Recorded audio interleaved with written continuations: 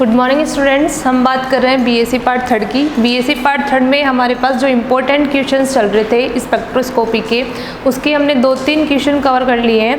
Last जो हमारी class हुई थी हमने वहाँ बात की थी वाइब्रेशन स्पेक्ट्रोस्कोपी की, और वाइब्रेशन स्पेक्ट्रोस्कोपी में मैंने जो शॉर्ट नोट आप लोगों से पूछे जाते हैं हॉट बैंड का, फंडामेंटल बैंड का, ओवरटोन का, इनसे मैंने आप लोगों को बताया था कि शॉर्ट नोट में आप लोगों से जो भी पूछा जाता है क्या अपने पास क्या होता है, फंडामेंटल बैंड क्या होता है, ओवरटोन क्या होता है, और हमारे पास जो हॉट बैंड वगैरह होते हैं वो क्या होते हैं। तो आज हम वाइब्रेशन स्पेक्ट्रोस्कोपी को आगे लेके चलते हुए क्या करते हैं, हमारे पास यहाँ क्या है वाइब्रेशनल स्पेक्ट्रोस्कोपी।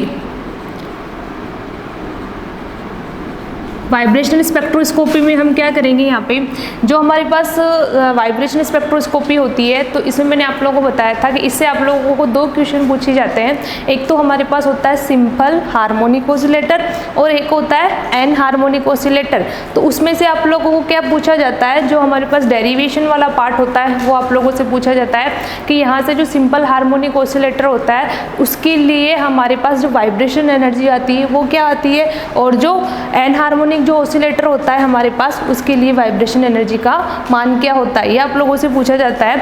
तो जब भी हम वाइब्रेशन स्पेक्ट्रोस्कोपी पढ़ते हैं और उसमें भी हम लेके चलते हैं सिंपल हार्मोनिक ऑसिलेटर, तो सिंपल हार्मोनिक ऑसिलेटर में हमारे पास एक नाम आता है हमारे पास स्प्रिंग।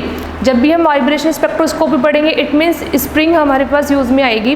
तो स्प्रिंग में हमारे पास क्या होता है, ये आप लोगों के पास जैसे सपोज आप लोगों के पास कोई भी स्प्रिंग है तो इस स्प्रिंग में हमारे पास क्या होगा, यहाँ पे जैसे हम लेके चले ये आप लोगों के पास स्प्रिंग होगी।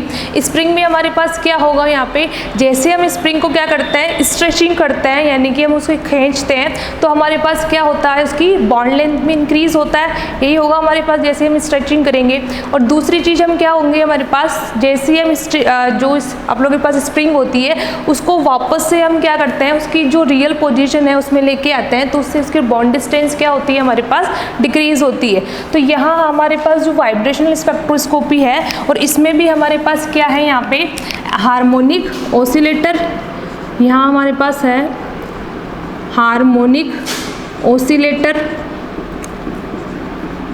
हार्मोनिक ऑसिलेटर में जो हमारे पास एनर्जी आती है वो एनर्जी का फॉर्मूला हमारे पास क्या होता है, इसमें वो हमारे पास आएगा V वाइब्रेशनल एनर्जी होगी, वो हमारे पास होगी V प्लस हाफ हमारे पास H न्यू, ये हमारे पास एनर्जी होती है।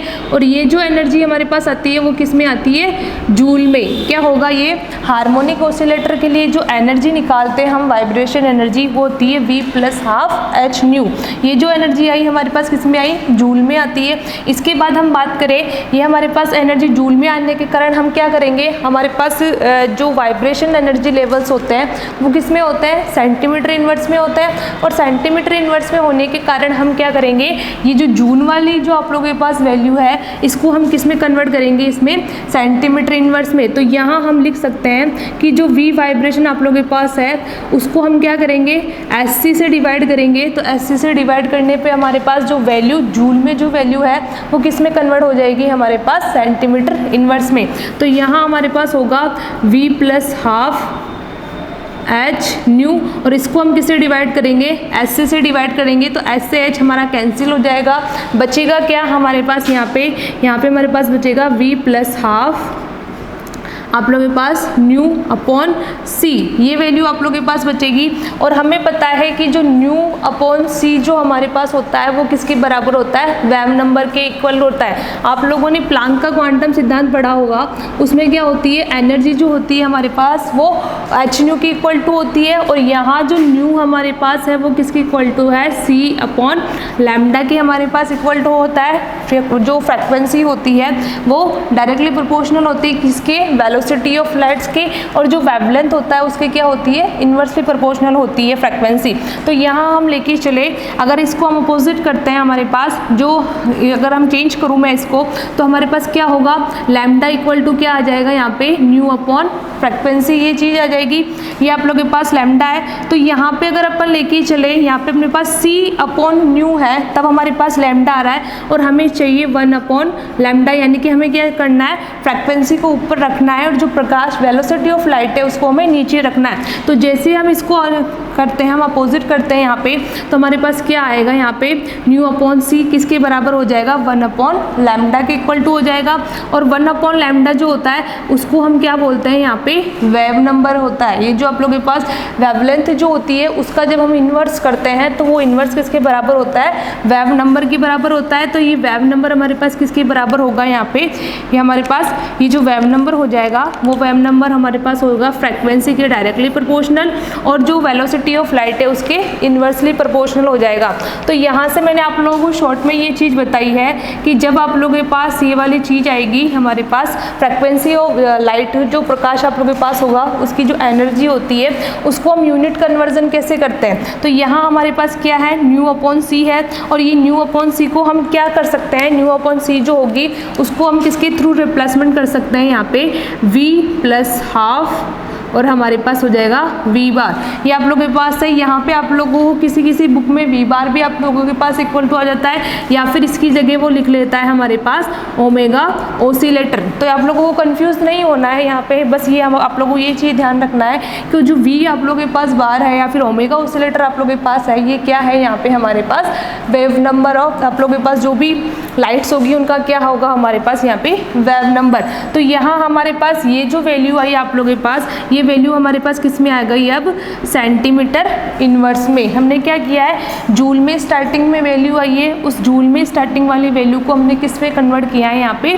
सेंटीमीटर इनवर्स में कन्वर्ट किया है। ये आप लोगों के पास क्या है इसकी हार्मोनिक ऑसिलेटर जो होता है उसके लिए हमारे पास क्या है यहाँ पे वाइब्रेशन एनर्जी। तो यहाँ हमारे पास देखें तो v इक्वल टू हमारे पास क्या है यहाँ पे वाइब्रेशनल क्वांटम नंबर। ये हमारे पास क्या है वाइब्रेशनल क्वांटम नंबर है। वाइब्रेशन क्वांटम नंबर आप लोगों को पता है हमारे पास कहाँ से स्टार्ट होते हैं 0 1 2 हैंड्स ऑन आप लोगों के पास ऐसे चलते जाते हैं हमारे पास वाइब्रेशन क्वांटम नंबर। नेक्स्ट है हमारे पास v बार या फिर ओमेगा ओसिलेटर। मैंने आप लोगों को बताया दोनों में से कोई भी आप लोगों के पास चूज़ कर सकते हैं वो। ये आप लोगों के पास क्या है यहाँ पे वेव नंबर, ये हमारे पास है यहाँ पे वेव नंबर ऑफ रेज जो होगी आप लोगों के पास उसका क्या है हमारे पास यहाँ पे वेव नंबर। तो ये आप लोगों को चीज़ ध्यान रखनी है यहाँ से वेव नंबर हमारे पास है ये क्या है वाइब्रेशनल क्वांटम नंबर। ये आप लोगों के पास जो फॉर्मूला आता है ये वाला फॉर्मूला, ये फॉर्मूला हमारे पास किसका है हार्मोनिक ऑसिलेटर के लिए जो वाइब्रेशन एनर्जी आती है यहाँ पे ये हमारे पास होगी वाइब्रेशन एनर्जी। ये हमारे पास हो जाएगा इसका फॉर्मूला। ये आप लोगों को ध्यान रखना है यहाँ से जो भी वाइब्रेशन एनर्जी आएगी हमारे पास उसका फॉर्मूला क्या होगा v प्लस हाफ h आप लोगों के पास होगा v प्लस हाफ और हमारे पास न्यू बार ये आप लोगों के पास आ जाएगा एनर्जी। कल मैं लास्ट जो हमारी क्लास हुई थी मैंने आप लोगों को वहाँ बताया था एक 0 पॉइंट एनर्जी। 0 पॉइंट एनर्जी में मैंने आप लोगों को यही फॉर्मूला यूज़ में लेके बताया था कि हमारे पास क्या हो गया सबसे लोवेस्ट जो एनर्जी लेवल होगा तो यहाँ हम क्या करें v की वैल्यू अगर 0 पुट करते हैं तो 0 हमारे पास जैसे आता है तो यहाँ पे हमारे पास जो वैल्यू बचती है वो क्या बचती है हाफ h न्यू। यानी कि जब आप लोगों के पास एटम जो आप लोगों के पास मॉलिक्यूल होता है अपनी ग्राउंड स्टेट में प्रेजेंट होता है तब भी उसके पास क्या प्रेजेंट होते हैं कुछ ना कुछ एनर्जी प्रेजेंट होती है और वो एनर्जी हमारे पास किस में इन्वॉल्व हो जाती है उसकी 0 पॉइंट एनर्जी में। तो ये आप लोगों के पास जो हार्मोनिक ऑसिलेटर है उसका क्या है हमारे पास वाइब्रेशन एनर्जी निकालने का फॉर्मूला है। इसके बाद बात करें हमारे पास ये जो वाइब्रेशन एनर्जी हमारे पास बनेगी इसका जो हमारे पास फॉर्मूला आया इसके लिए हम जो डायग्राम शो करते हैं वो डायग्राम हमारे पास क्या होता है यहाँ पे मोर्स पोटेंशियल कर्व के अकॉर्डिंग हम डायग्राम शो करेंगे। यहाँ पे आप लोगों के पास है तो यहाँ देखो यहाँ पे जैसे ही हम इसके लिए डायग्राम शो करते हैं या तो आप लोग एनर्जी लेवल वैसे हमारे पास इक्वली लेवल में बन जाएंगे नहीं तो हम क्या करेंगे इसको सर्किल में भी हमारे पास शो कर सकते हैं। तो यहाँ देखो ये जो हमारे पास लेवल्स आएंगे ये वाले एनर्जी लेवल्स, इन एनर्जी लेवल्स की एनर्जी क्या होगी प्लस इनके जो वाइब्रेशन क्वांटम नंबर होंगे वो हमारे पास क्या होंगे। तो यहाँ अगर हम देखें तो ये अपने पास क्या है v equal to 0 vibration level, ये 1 है, ये 2 है, ये 3, ये 4, ये 5 आप लोगों के पास ऐसे मूव करते चले जाएंगे। अब हम क्या करेंगे यहाँ से जो आप लोगों के पास हार्मोनिक ऑसिलेटर की जो एनर्जी हमारे पास आई उस एनर्जी के अकॉर्डिंग अगर हम क्या करें यहाँ पे वैल्यू पुट करें यहाँ पे तो हमारे पास क्या बनेगा देखो इधर जैसे ही हम हार्मोनिक ऑसिलेटर लेते हैं और हार्मोनिक ऑसिलेटर में हमारे पास क्या आएगा, हम यहाँ से हम वैल्यू पुट करें V जो हमारे पास है V = 0 अगर हम रखते हैं तो यहाँ हमारे पास जो एनर्जी का मान आता है वो एनर्जी का मान कितना आता है हमारे पास, ½ ओमेगा ऑसिलेटर। ये हमारे पास किसकी वैल्यू आती है, जब वाइब्रेशन एनर्जी 0 होती है। ऐसे ही हम यहाँ देखें, यहाँ पे अगर हम क्या करते हैं 1 वैल्यू पुट करते हैं तो यहाँ हमारे पास जो वैल्यू आएगी वो कितनी आएगी, 3/2। आगे हमारे पास वही इसकी जो यूनिट है हमारे पास ओमेगा ऑसिलेटर। इसके बाद हम वैल्यू पुट करें तो हमारे पास आ जाएगा यहाँ पे 5/2, फिर आ जाएगी हमारे पास 7/2, फिर हमारे पास आ जाएगी 9/2। ऐसे आप लोगों के पास क्या होती चली जाएगी, ये वाली जो वैल्यू है हमारे पास इंक्रीज होती चली जाएगी। इन सबके साथ हमारे पास क्या है यहाँ पे ओमेगा ऑसिलेटर प्रेजेंट है, ओमेगा बार ऑसिलेटर हमारे पास यहाँ पे क्या है, सबके पास प्रेजेंट है। तो यहाँ आप लोगों को ये ध्यान रखना है कि जो वाइब्रेशन एनर्जी लेवल्स हमारे पास होते हैं तो सबसे लोवेस्ट जो वाइब्रेशन एनर्जी लेवल होगा उसके लिए जो एनर्जी हमारे पास आएगी वो कितनी आएगी, ½ ओमेगा बार ऑसिलेटर। फिर 1 वाइब्रेशन लेवल के लिए कितनी आएगी, 3/2 ओमेगा बार ऑसिलेटर। फिर आ जाएगी हमारे पास 5/2 ओमेगा बार ऑसिलेटर। ऐसे कर हमारे पास क्या होगा, जैसे जैसे हम ऊपर की तरफ वाइब्रेशन लेवल्स जो होते हैं उनमें मूव करते जाते हैं तो उसके लिए हमारे पास क्या होती है, एनर्जी भी क्या होती है, इंक्रीज होती चली जाती है। तो आप लोगों को हमारे पास जो ट्रांजिशन होंगे यहाँ पे, वो ट्रांजिशन भी हमारे पास कैसे क्या होंगे, यहाँ देखो ये जो हमारे पास एनर्जी आएगी सबसे लोवेस्ट वाली, इसी को हम क्या बोलते हैं, 0 पॉइंट एनर्जी। इसी को हम क्या बोलेंगे यहाँ पे, ये जो वैल्यू आएगी हमारे पास, ये वैल्यू क्या होती है, 0 पॉइंट एनर्जी होती है। यहाँ पे हम ट्रांजिशन शो करते हैं तो वो 0 से 1 में ट्रांजिशन, इसके बाद में हमारे पास हो जाएगा क्या, 1 से 2 में ट्रांजिशन, फिर हो जाएगा 2 से 3 में ट्रांजिशन और फिर 3 से 4 में ट्रांजिशन। ये अपने पास ट्रांजिशन हो जाएंगे। और इनके लिए जो एनर्जी आएगी वो हम कैसे निकालते हैं, ट्रांजिशन का जो फॉर्मूला आता है हमारे पास, वो फॉर्मूला क्या होगा हमारे पास, यहाँ पे देखिए हम ट्रांजिशन का, तो डेल्टा न्यू मैंने आप लोगों को बताया, यहाँ पे डेल्टा न्यू हमारे पास होगा। डेल्टा न्यू का मतलब क्या होता है कि किन्हीं दो चीज़ों के बीच डिफरेंस आप लोगों के पास होगा। तो जैसे ही हम वाइब्रेशन जो लेवल्स होते हैं उनके बीच हमें डिफरेंस निकालना है तो हम क्या करेंगे, यहाँ पे ये आप लोगों के पास हो जाएगा यहाँ पे एक्साइटेड प्लस आप लोगों के पास हो जाएगा यहाँ पे ground state, V ground state. ये हमारे पास होता है इसका डेल V का फॉर्मूला।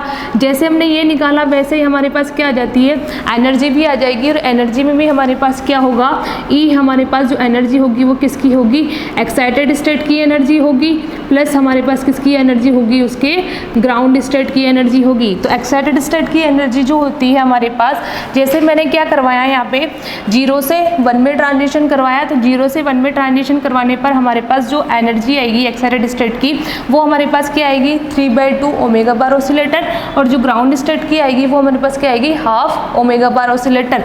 तो जैसे ही हम यहाँ पे वैल्यू पुट करते हैं, यहाँ पे में हमारे पास होगा 3/2 ओमेगा बार ऑसिलेटर, ये हमारे पास आ जाएगी, प्लस हमारे पास क्या होगी, ½ ओमेगा बार ऑसिलेटर। ये वैल्यू जैसे ही हम पुट करते हैं यहाँ पे, तो इनमें हमारे पास जैसे हम इस चीज़ को सोल्व करेंगे तो वो सोल्व हमारे पास किसके इक्वल टू आएगा, हमारे पास 1 ओमेगा बार ऑसिलेटर के बराबर आ जाएगा। ये जो 1 ओमेगा बार ऑसिलेटर आप लोगों के पास आया, ये हमारे पास क्या है यहाँ पे, इसका एनर्जी का डिफरेंस।